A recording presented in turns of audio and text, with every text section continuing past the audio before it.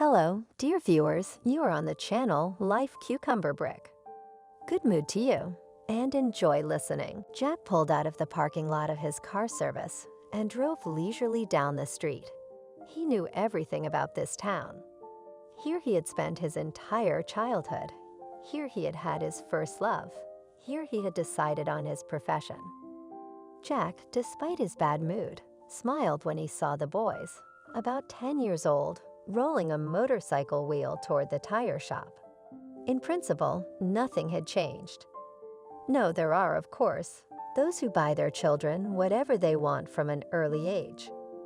But for the most part, normal kids in the whole yard contribute to one moped, and not so much to ride as to repair it. Jack was so thoughtful that he almost hit a hobo. At the last moment, he managed to hit the brake and jumped out of the car. Yes, why are you walking on the road? Don't you have any sidewalks? The tramp looked at him from under his eyebrows. I'm sorry, I was thinking, and immediately stepped into the path of pedestrians. Jack kept looking at him. Strange guy, not old, not drunk. What's he doing in the street? Hey man, stop. I didn't know why I stopped him. I came over. Listen, maybe you're hungry. Let's go to my place. I'll feed you. Yeah, and I'll give you a warmer jacket. The bum grinned. Aren't you scared? I'm homeless. I'll steal something else. Jack also grinned. But if you steal, you need it more. The tramp thought for a minute, and then there was such a growl in his stomach that Jack almost jumped. Apparently, the thought of food had woken his stomach quickly. Well, thank you. Get in the car, and you can thank me later. The tramp looked around when the car stopped in the yard of a beautiful house. The landlady won't scold you. No, the landlady. Jack felt his mood improving by the minute. Come in. Don't be shy. The homeless man followed Jack. Yeah, you could tell a woman wasn't in the house. Everything is scattered, some boxes. It's a beautiful house, isn't it? Jack caught his guest's eye. Don't mind him. I'm going to sell the house. As long as my auto shop was making good money, I had a wife and a house in order. And when it was only on the downside, the family happiness was over. That's the way it is. Yeah, as old as the world. My name is Eric, by the way. Jack. So what do we have in the fridge? We'll have to cook it ourselves, you know. The two of them quickly cut up some sausage and fried eggs and boiled the kettle. And while they were eating, they got to talking. How come you, Eric, are not a drunk? The tramp waved his hand. Yeah, it's almost like your story, only my wife decided to keep everything I had and kill me quietly. And I also did not wait. I left. I did not see the sense to live, because she was the closest person to me. Yeah, that's it. Listen, I cannot help much, but I need a watchman in my shop, because the one that was before, I kicked him out, caught with stolen parts. Thanks, I won't say no. Don't think if I'm like that, you can't trust me. I'll never take someone else's. Yeah, there's not much to take from me. Such fame, it's like a bad streak. 2 cars were dead after our repair, and I checked it myself. Everything was fine, but as soon as they left the service, they stopped. The technicians left because people don't want to come to us. Consequently, they don't want to earn any money. What happened to the car? Jack waved his hand. It was like someone did it on purpose. As if someone did it on purpose. Well, that was something no foreman could miss. What's to miss? They both say they checked it, but in the end, and the cars are not mere mortals. Eric took a napkin, wiped his hands. Thank you, Jack.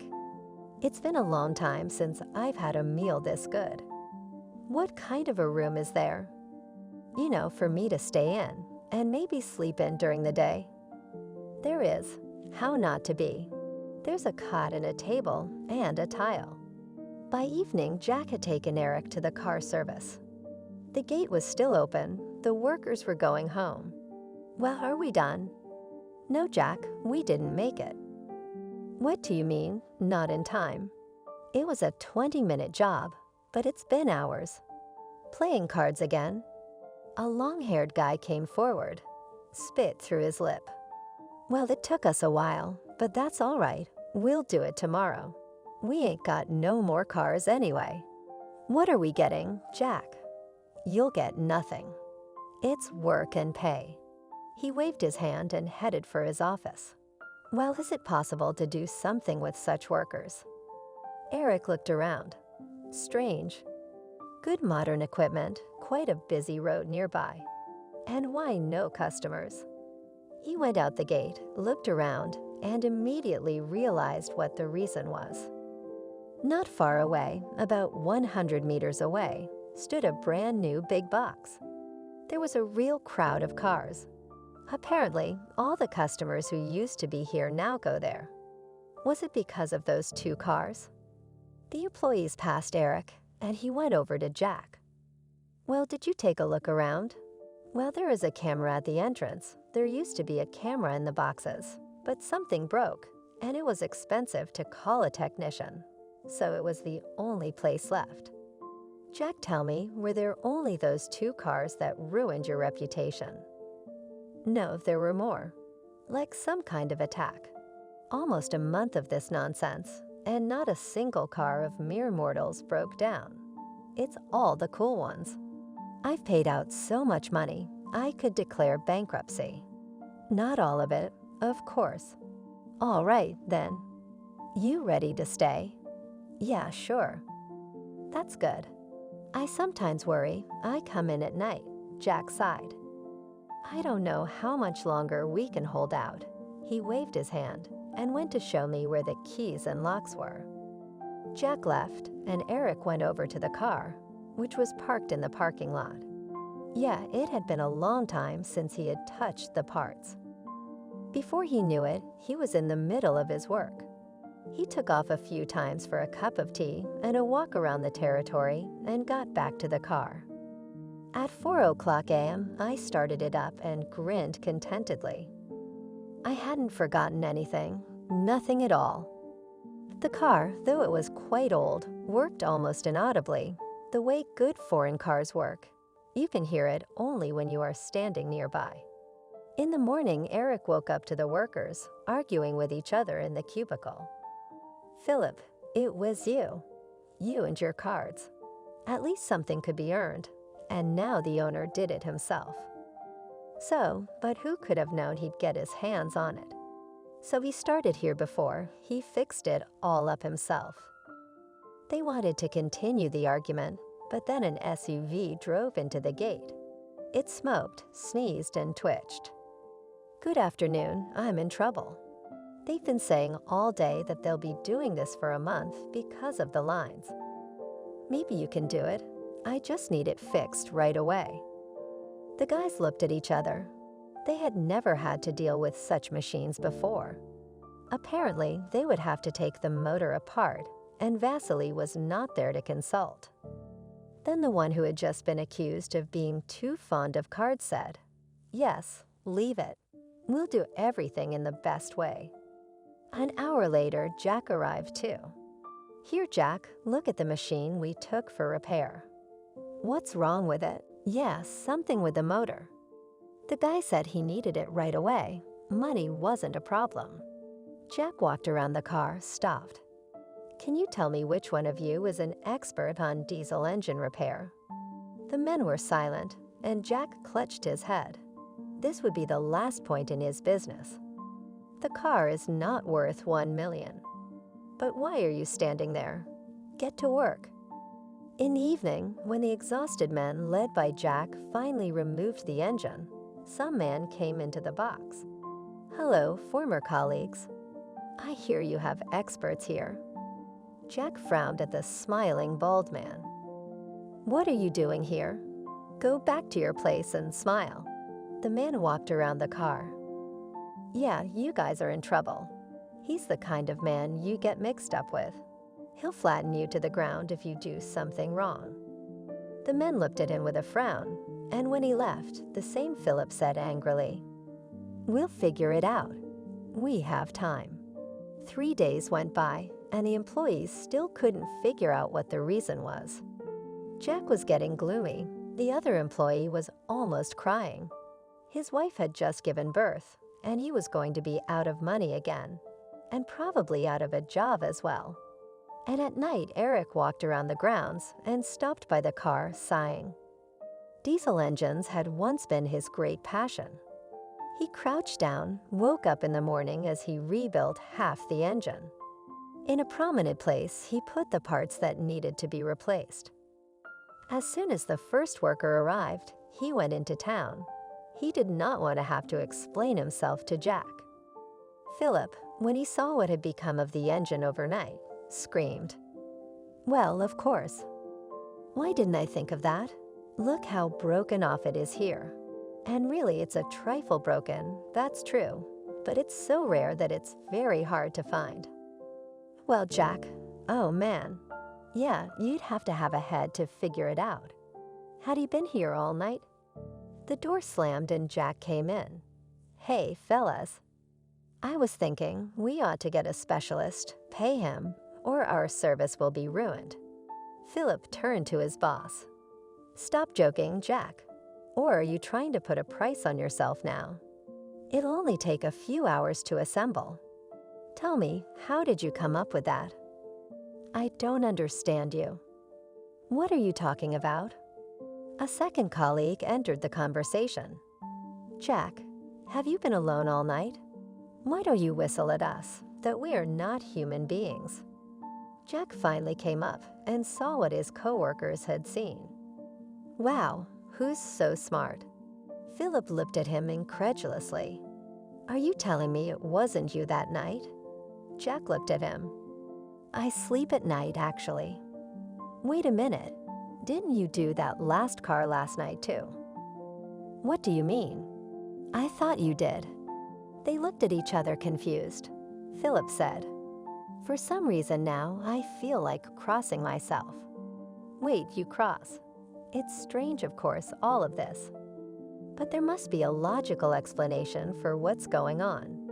Wait a minute. Where's Eric? Well, you think it's him, don't you?